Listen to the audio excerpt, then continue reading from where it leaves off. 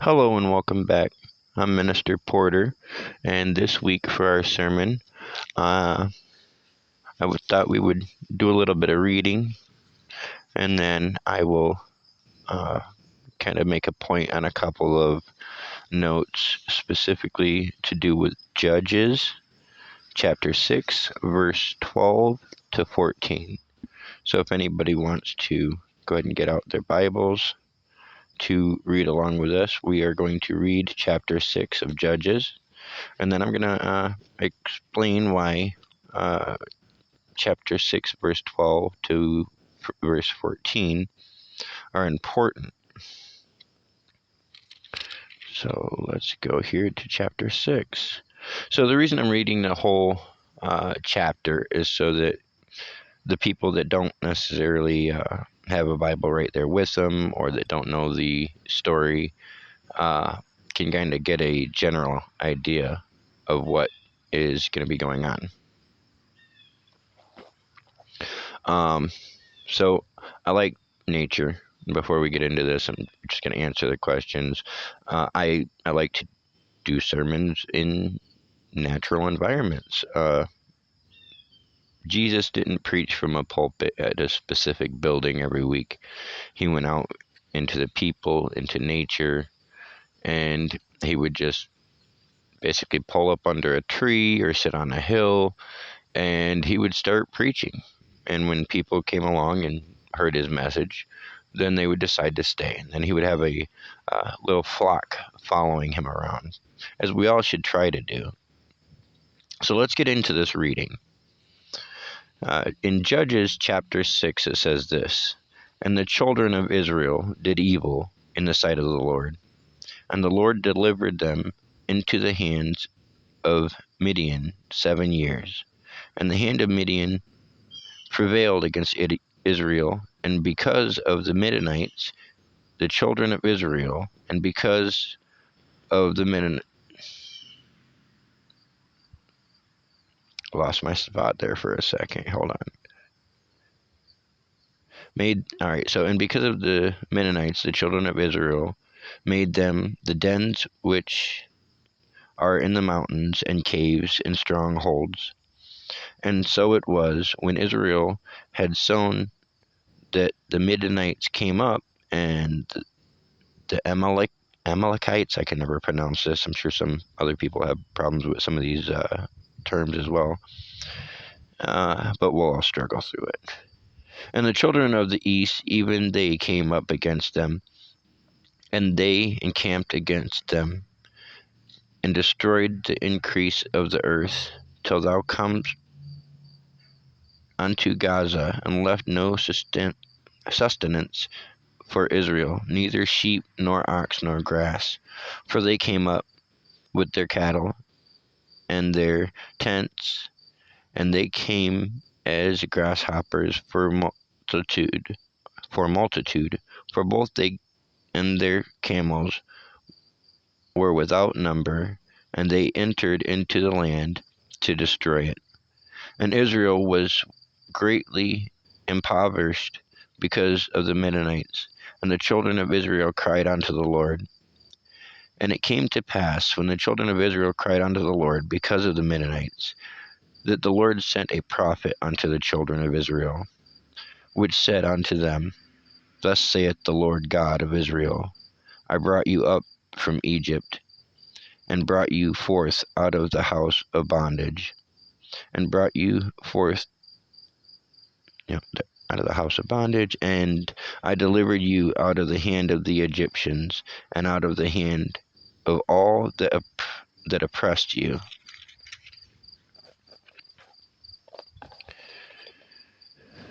And drave them out from before you, and gave you their land. And I said unto you, I am the Lord your God. Fear not the gods of the Amorites, in whose land ye dwell. But ye have not obeyed my voice. And there came an angel of the Lord, and sat under the oak, which was in Ophrah, that pertained unto Joash the Abiezrite, and his son Gideon thrashed wheat by the winepress, to hide it from the Midianites. And the angel of the Lord appeared unto him, and said unto him, The Lord is with thee, thou mighty man of valor. And Gideon said unto him, O my Lord, if the Lord be with us, why then is all this befallen us?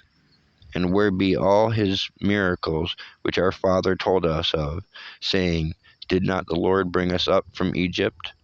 But now the Lord hath forsaken us, and delivered us into the hands of the Midianites. And the Lord looked upon him, and said, Go in this thy might, and thou shalt save Israel from the hand of the Midianites. Have not I sent thee? And he said unto him, O my Lord, wherewith shall I save Israel? Behold, my family is poor in Messiah, and I am the least in my father's house. And the Lord said unto him, Surely I will be with thee, and thou shalt smite the Midianites as one man. And he said unto him, I know I have found grace in thy sight. Then show me a sign that thou talkest with me. Depart not hence, I pray thee, until I come unto thee, and bring forth my present, and set it before thee. And he said, I will tarry until thou come again. And Gideon went and made ready a kid, and unleavened cakes of an ephah of flour. The flesh he put in a basket, and he put the broth in a pot, and he brought it out unto him under the oak, and presented it. And the angel of God said unto him, Take the flesh and the unleavened cakes, and lay them upon this rock, and pour out the broth. And he did so. Then the angel came of the Lord, put forth the end of thy staff that was in his hand, and touched the flesh and the unleavened cakes. And there rose up fire out of the rock, and consumed the flesh and the unleavened cakes. Then the angel of the Lord departed out of his sight. And when Gideon perceived that he was an angel of the Lord, Gideon said, Alas, O Lord God, for because I have seen an angel of the Lord face to face. And the Lord said unto him, Peace be unto thee, fear not, thou shalt not die. Then Gideon built an altar there unto the Lord, and called it Jehovah Shalom. Unto this day it is yet in Uphaz of the Abiezrites.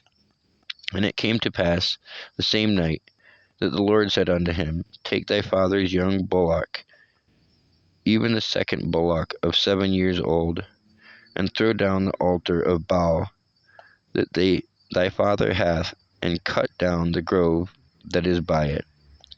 And build an altar unto the Lord thy God upon the top of this rock, in the ordered place, and in the second no in the top of the rocks, in the order of this place, and take the second bullock, and offer a burnt sacrifice with the wood of the grove which thou shalt cut down. Then Gideon took 10 men of his servants, and did as the Lord had said unto him. And so it was, because he feared his father's house and the men of the city, that he could not do it by day, that he did it by night. And when the men of the city arose early in the morning, behold, the altar of Baal was cast down, and the grove was cut down that was by it. And the second bullock was offered upon the altar that was. And they said unto another, Who hath done this thing? And when they inquired and asked, they said, Gideon the son of Joash hath done this thing. Then the men of the city said unto Joash, Bring out thy son, that he may die, because he hath cast down the altar of Baal. and because he hath cut down the grove that was by it. And Joash said unto all that stood against him, Will ye plead for Baal? Will ye save him? He that will plead for him, let him be put to death whilst it is yet morning. If he be a god, let him plead for himself, because one hath cast down his altar. Therefore on that day he called him Jerubbaal, saying, Let Baal plead against him, because he hath thrown down his altar. Then all the Mennonites and the Amalekites and the children of the east were gathered together, and went over and pitched in the valley of Jezreel. But the Spirit of the Lord came unto Gideon, and he blew a trumpet, and Abiezer was gathered after him. And he sent messengers throughout all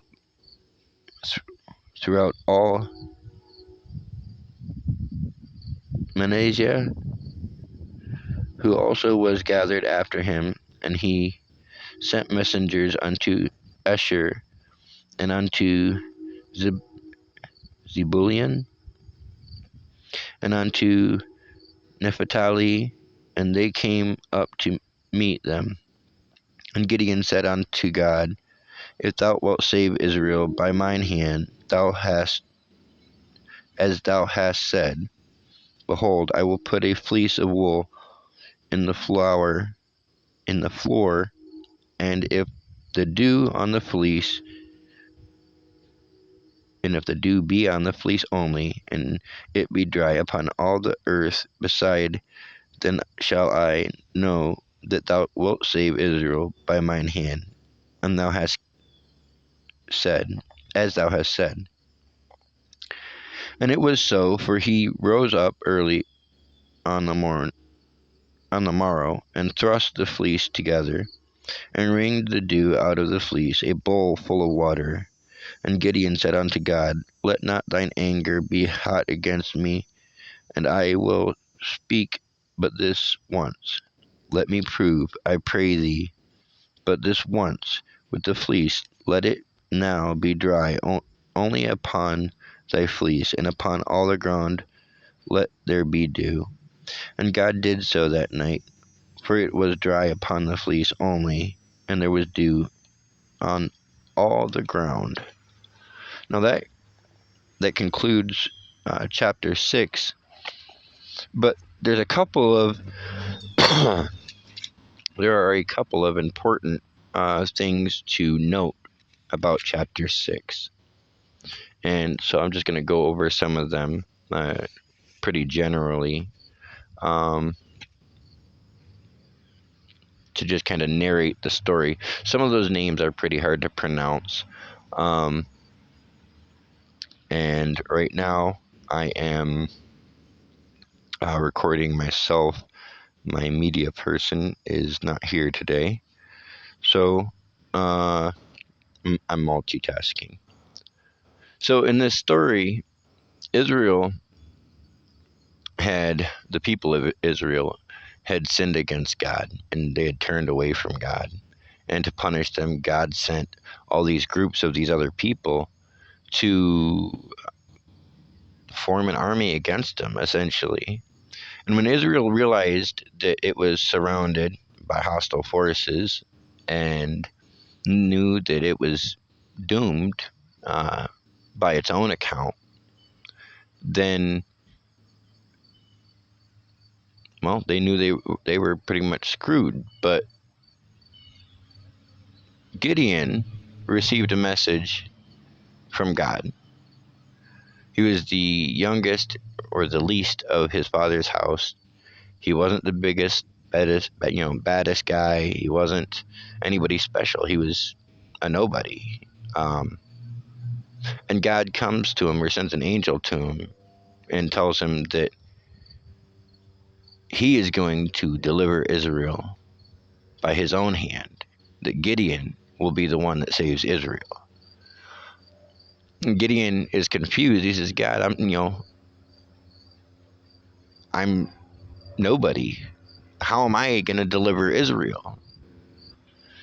I I don't see how that's possible. And God speaks to him again, and he tells him that that's the reason why he sent him. The reason why Gideon was there was God had placed him there ahead of time, so that when God needed him, all he had to do was say the word.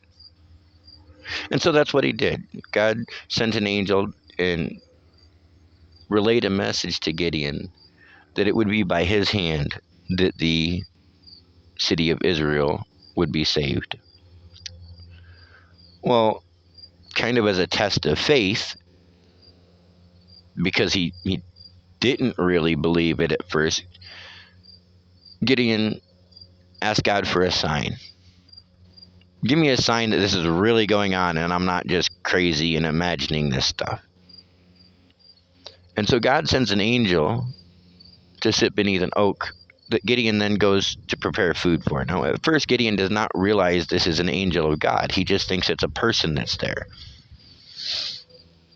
But he prepares the food and he goes to give an offering. And it's only after the angel burns the meat and the unleavened bread and consumes it and then he just disappears, that Gideon realizes, wait a minute, I just asked for a sign from God. This guy shows up, and then now I realize he was an angel. Okay, then Gideon says, okay, God, I see that you gave me the message that I asked for. Let me do this. Let me do what you need me to do. And God tells him, I need you to go and tear down the altar of Baal. And being like any mortal, he was afraid for his life, for his safety. So he didn't want to do it in daylight because there'd be all kinds of people around. He probably wouldn't have succeeded. They'd have probably killed him for trying to tear down the temple. And he was right, because as soon as somebody did witness against him, the people of the town came out and wanted to have his dad throw him out into the street so that they could kind of get mob justice in their own way. This isn't what God had planned for him, right?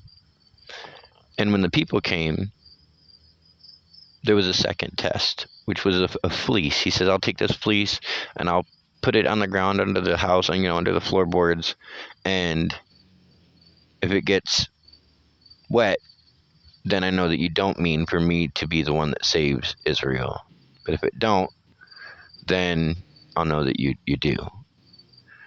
And so that's why he says for the Lord not to be angry with him, because in a way he questioned God after God had already showed him, no, I've already given you your sign. This is divine. This is from me. You're supposed to do this. So the story goes on a lot farther. There's a lot more that goes on. But what I found important, most important about this specific passage, and we're going to go back to Judges chapter 6, verse 12 to 14. Because this is the message I'm trying to get out to people right now. All right. Gideon makes a point to say that he's not anything special. He is the weakest of the house, the smallest of the house. But in verse 12, it says, And the angel of the Lord appeared unto him, and said unto him, The Lord is with thee, thou, and said unto him, The Lord is with thee, thou mighty man of valor. And Gideon said unto him, O my Lord, if the Lord be with us, why then is all of this befallen us? And where be all of his miracles which our father told us of, saying, Did not the Lord bring us up out of Egypt? But now the Lord hath forsaken us, and delivered us into the hands of the Midianites. Now pay attention here. And the Lord looked upon him and said, Go in this thy might, and thou shalt save Israel from the hand of the Mennonites.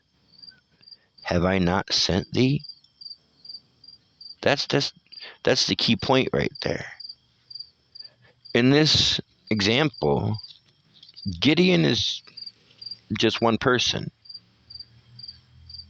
not necessarily a great warrior or a rich man, not a person of political influence that could, get a police or military to intervene on their behalf. He was a nobody. And God came to this nobody and says, Listen, I know Israel is surrounded by its enemies, but I'm going to use your hand to save Israel. Think about that. How many times do we hear in the Bible about God picking perfect people to do their tasks?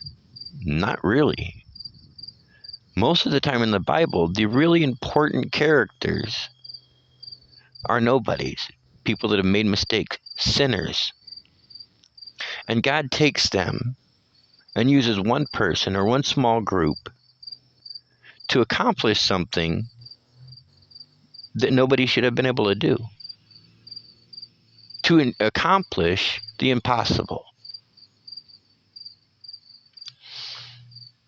God tells Gideon that it's by his own hand, as one man,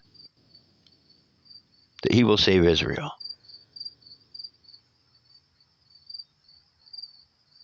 We see all the time people that are not exactly status quo. Maybe they're not cool. Maybe they're not popular. Maybe they're a criminal or a sinner. And then we see time and time again that God uses those people the most to accomplish the impossible tasks. Why do you think that is?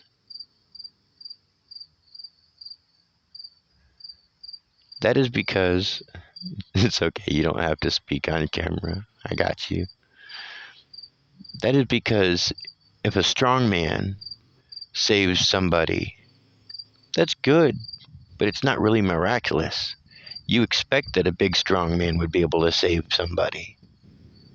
But what you didn't expect is for that little insignificant person that nobody even noticed to be the one that steps up and saves everybody. That makes it miraculous. That makes it divine. Like in the story of David and Goliath, we're given another example right there. They have an entire army to fight an entire army. And they're intimidated and they don't think that they can win. But David, with just a little bit of faith, being the last person anybody would expect would conquer this invading army, comes out and with a slingshot and a couple of stones defeats Goliath, the biggest, most feared out of everybody in the enemy army. We see it again in the story of Gideon, where Gideon was a nobody, and God uses him to save Israel. Now, if the entire military of Israel fought and held off the enemy, that would be maybe good for them, but it wouldn't necessarily be divine, right? When we think of divine intervention, that's not something happens that somebody else would expect to happen. That's something happens that nobody expected to be happening, and it gets done by the last person or last source that you would expect. We see it again in several different stories in the Bible. Samson is another one, where God takes what most people would deem a pretty bad sinner. I mean, he was adulterous. He was a drunkard. He was a man of war. He gambled. He indulged in all the pleasures that we're not supposed to. But he made a promise to God in the end. And in the end, God takes this one person that most people would look at as the bad guy in the character, in the story. And God uses that one person that you would never expect to do something divine, something that nobody thought could happen. And that's what makes it divine. See, every day we face challenges. Maybe you're the one person that sees something bad happening. You could intervene. You could stop something bad from happening. Maybe you don't think that you're big enough or strong enough. Maybe it's some scary people hurting somebody else that's innocent or defenseless. Well, they're scary people. So you might be scared. You might not think you could take them on. But maybe it only takes a word and you save somebody's life. Maybe it only takes seeing that stranger over on the bridge, and you don't have to do the dramatic, I'm going to pull them off the bridge and save them, but just telling them that they matter. Small, from somebody that they don't even know, but it can make a divine effect in a person's life. In all these stories, the common denominator is that God doesn't use necessarily perfect people.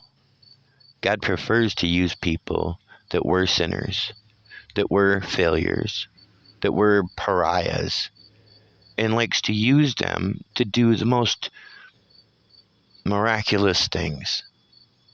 Because it shows that by our own nature, we fail, right?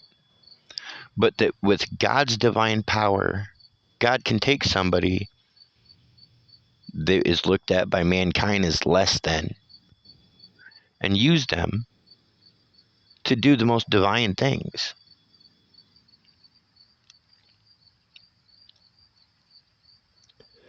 Are we looking for those opportunities for God to use us in our life?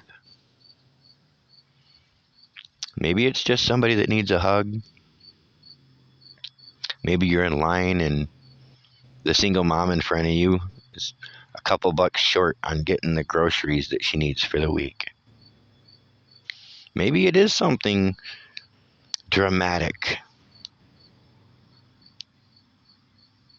But are you going to take the opportunity? Or are you going to let your own self-doubt stop you from being the divine intervention that God needed you to be? Are you going to take that risk? Because God asks us to. God says, for the least of these you have done for others, you have done for me. Or are you letting the devil and the world trick you into thinking you're just one person? You're not big and bad. You're not rich. You're not popular. You're not a celebrity or politician. So what effect can you have? Well, let me tell you. God puts us in places for reasons. And if he's given you an opportunity to be a blessing on somebody else's life, you should take it. See, I would rather give up the last $50 I got in my pocket to help somebody that needs it, because my treasures are stored in heaven for that, and I'm rewarded a lot more for it. Some of you are going to say, well, yeah, but you give money to poor people and they just go waste it on stuff. Maybe you're right. Sometimes that does happen. But I would rather waste $50 9 times, and on that 10th time of getting out that $50, that actually be somebody that they were starving that week. That it was, a single mom and her car broke down and she just needed that extra $50 to get it fixed so she could keep her job and feed her kids. But you'll never know if you don't try, if you don't take those opportunities and make the most of them. I've I've been in good situations and bad situations. And I remember I was the only person uh, kind of different from everybody else in this one community. And I had some people bring up to me that this other family was suffering in the sense that they couldn't afford things. And so, I brought them over food. I went in and I boxed up all the extra food that we had. I took it over and I gave it to them. And I kept doing this whenever I found out that they were in need. Now that caused some problems with my current spouse at the time. She said, "Oh, you keep giving away all of our food. What are we gonna have?" And I pointed out that every time I gave away a box of food, God would do some miracle in our life and give us a lot more, whether it was food or whether it was some other blessing. God always returned more to us than we gave out. I remember being in communities where it was rough. Like you had to really know how to handle people. I remember incidents where I seen something going on and literally all it took was a word and it saved people from having really bad days. I also remember times where I didn't give that person the $50 or I didn't say something. And more often than not, those are the ones I regret. Because does it really matter if I give away money? It might help people, it might not. Now, to the people that it doesn't really help, they're not going to appreciate it. It don't really matter to them. It's just a benefit. But to that one single mom that was trying to raise 4 kids by herself and couldn't pay the bills and have food for the week,